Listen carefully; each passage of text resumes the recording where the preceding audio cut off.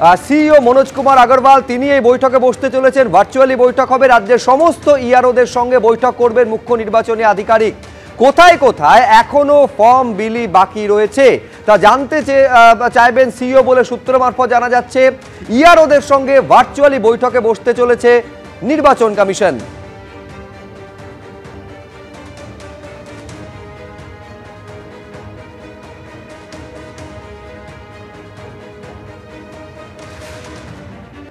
চৌত্রিশ লক্ষের নাম বাদ কমিশনকে জানালো আধার কর্তৃপক্ষ। 13 লক্ষের নাম মিলেছে যাদের আধার কার্ড ছিল না। 34 লক্ষের নাম বাদ নিয়ে কমিশনকে জানিয়েছে আধার কর্তৃপক্ষ, এমনটা সূত্র মারফত খবর পাওয়া যাচ্ছে। আরেকবার আপনাদের বলবো, 34 লক্ষ নাম বাদ গিয়েছে বলে কমিশনকে জানিয়েছে আধার কর্তৃপক্ষ। এদের মধ্যে 13 লক্ষ নাম মিলেছে যাদের আধার কার্ড ছিল না।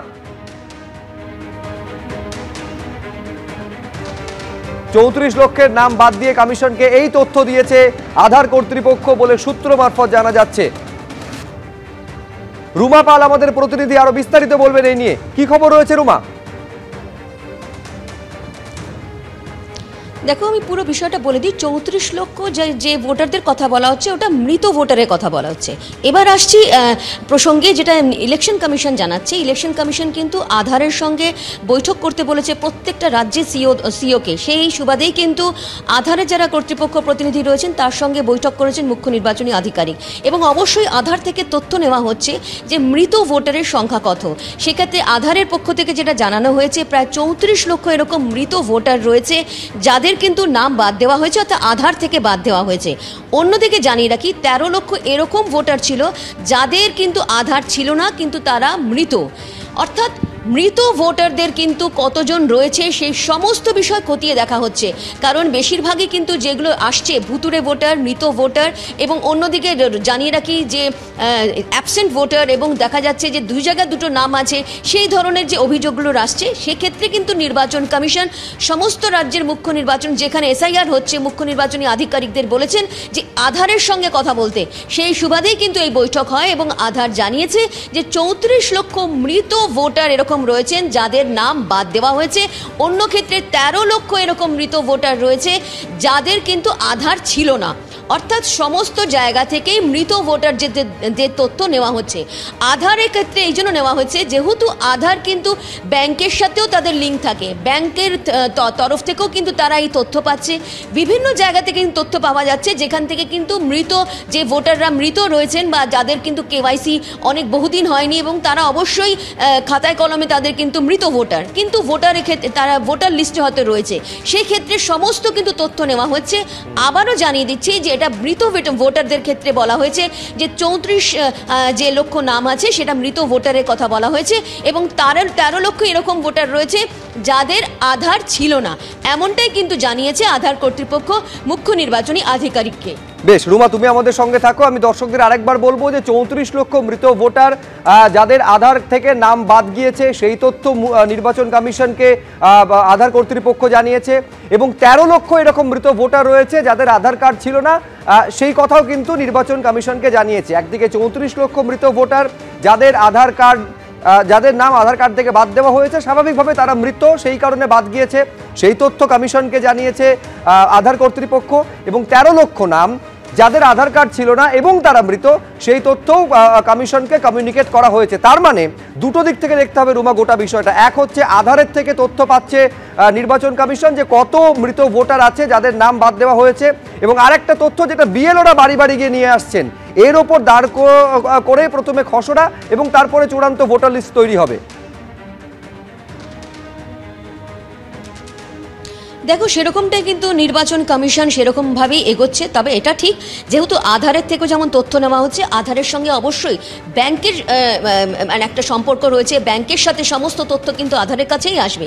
সেক্ষেত্রে সেই পুরো তথ্যই কিন্তু নির্বাচন কমিশন নিচ্ছে, এবং বিএলওরা যেহেতু বাড়ি বাড়ি যাচ্ছেন এবং অনলাইনেও যেটা হচ্ছে, সেক্ষেত্রে কিন্তু সমস্ত তথ্য নেওয়া হচ্ছে। আরও একবার কিন্তু বলে দিচ্ছি, কোনো ক্ষেত্রে এই ক্ষেত্রে যদি দেখা যায় যে খসড়া তালিকাতে কোনো ভুতুড়ে ভোটার বা কোনো ডেড ভোটার বা কোনো অ্যাবসেন্ট, অথবা দেখা যাচ্ছে যে 2 জায়গায় একজনেরই ভোটারের নাম রয়েছে, সেক্ষেত্রে যদি আসে সেক্ষেত্রে কিন্তু খাড়া ঝুলবে পুরো বিএলওদের ক্ষেত্রে। এক্ষেত্রে কিন্তু ইআরওদের একেবারে বার্তা দিয়ে দেওয়া হয়েছে কমিশনের তরফ থেকে। অর্থাৎ আরও একবার বলে দিচ্ছি যে সাবধানী দুর্ঘটনা ঘটি, সাবধানী ঘটি আর দুর্ঘটনা ঘটি, অর্থাৎ এই কথাই কিন্তু বলা হচ্ছে বারবার। অর্থাৎ অতি সাবধানতায় হুঁশিয়ারির সঙ্গে কিন্তু সতর্কতার সঙ্গে কাজ করতে হবে, কোনোভাবেই যাতে কোনোভাবে যে এই ধরনের ভোটাররা নাম যাতে কোনোভাবেই ভোটার লিস্টে না আসে, এটাই নিয়ে কিন্তু নির্বাচন কমিশন রুমা একেবারে যে অংশটা দিয়ে শেষ করছিল সেটাই আমি দর্শকদের জানাবো যে আজ রাত 10টায় অত্যন্ত গুরুত্বপূর্ণ এক বৈঠকে বসতে চলেছে মুখ্য নির্বাচনী আধিকারিক। 65 ইনসিডেন্টের কমপ্লায়েন্স এবং অ্যাকশন টেকেন রিপোর্ট বিজেপি চায়। এবারে ফাইনালি আসি আমাদের যে পয়েন্টগুলো ছিল। ফার্স্ট পয়েন্ট ছিল double triple entry, 13,25,000 pen drive আর 5টি লোকসভার হার্ড কপি, প্রিন্ট কপি। আমরা আজকে 3 জন উইথ সাম আওয়ার অ্যাসিস্ট্যান্ট আমরা ওটা উনার টেবিল করেছি, উনি অ্যাকসেপ্ট করেছেন। উনি আমাদের সামনেই উনার অফিসকে ইনস্ট্রাকশন দিয়েছেন 294টা কেন্দ্রেই আমাদের অভিযোগটাকে আলাদা করে সেটাকে তিনি তদন্ত করবেন, ইত্যাদি করবেন। ওগুলো তো আগে শুভেন্দু অধিকারী দেখতো, ওরা শুভেন্দু অধিকারী করে গেছে। তমলুক তো ওর নিজের জায়গা, ওগুলো করেছে ওই। এ অদ্ভুত লোক একটা, টাকা নিয়ে চাকরি দিয়েছে, আবার এসে বলছে ওদের চাকরি খাও। এ তলারও খাবে, উপরেরও খাবে। ভারতবর্ষ বোধহয় এরকম একটা 2 নম্বরই রাজনৈতিক নেতা কখনো দেখেনি। দিল্লি বিস্ফোরণ নিয়ে কেন্দ্রীয় স্বরাষ্ট্রমন্ত্রী অমিত শাহকে আক্রমণ করলেন তৃণমূল সাংসদ কল্যাণ বন্দ্যোপাধ্যায়। কল্যাণ বন্দ্যোপাধ্যায় কি বলেছেন আপনাদের শোনাবো, পাশাপাশি রাখবো কেন্দ্রীয় প্রতিমন্ত্রী সুকান্ত মজুমদার কি বলছেন। ভারতবর্ষ চায় একটা সর্বসময়ের একটা হোম মিনিস্টারের জন্য, ভারতবর্ষ সেভ করার জন্য। অমিত শাহ বারবার প্রমাণ করেছে এটা তার দ্বারা হচ্ছে না। Amit Shah is busy for doing his political work. 2 মাস অন্তর ইলেকশন হয়, ইলেকশনে শুধু ঘুরে বেড়ায়। টাইম কোথায় home minister? He is a part time home minister. একটা পার্ট টাইম হোম মিনিস্টার এখানে রেখে দেওয়া হয়েছে। ও হরিয়ানাতে যখন যাচ্ছে বলছে हम इधर मकान करके रहेंगे, इधर आप लोग का पास हम रहेंगे इधर। আবার যখন মহারাষ্ট্রে যাচ্ছে, মহারাষ্ট্রে বলে हम मकान करके इधर रहेंगे। আবার যখন बिहार যাচ্ছে, बिहार के बोला अरे भैया हम तो आपका घर का आदमी है, मेरा मकान भी इधर है, हम तो आपके साथ खाना खाते हैं। আবার বেঙ্গলে আসার আগে বলছে বঙ্গালী ভয় আমার, আমি তো একটা বাংলাতে ঘর করব। তা যে লোকটা সারা পশ্চিমবাংলায় ঘর থাকবে আর ঘরে ফ্যামিলি থাকবে, তা সেই পশ্চিমবাংলায় ঘরে থাকলে তাদের কি হবে? যারা এই ষড়যন্ত্র করেছে, এই ষড়যন্ত্রের তল অবধি আমাদের সরকার যাবে এবং single person will not be spared, কাউকে ছাড়া হবে না।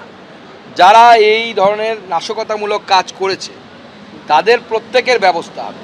এবং তার সাথে সাথে আমি আমাদের সংস্থাগুলোকে, যারা ইন্টেলিজেন্স নিয়ে কাজ করে, এই ধরনের আক্রমণকে প্রতিহত করার জন্য প্রতিনিয়ত যারা কাজ করে চলেছেন, তাদেরকেও আমি ধন্যবাদ জানাচ্ছি যে 2900 কেজি অ্যামোনিয়াম নাইট্রেট তারা যদি উদ্ধার করতে না পারতেন, আজকে এই মৃতের সংখ্যাটা বা ম্যাগনিটিউড অফ দ্য ব্লাস্ট অন্য ধরনের কিছু হতে পারে।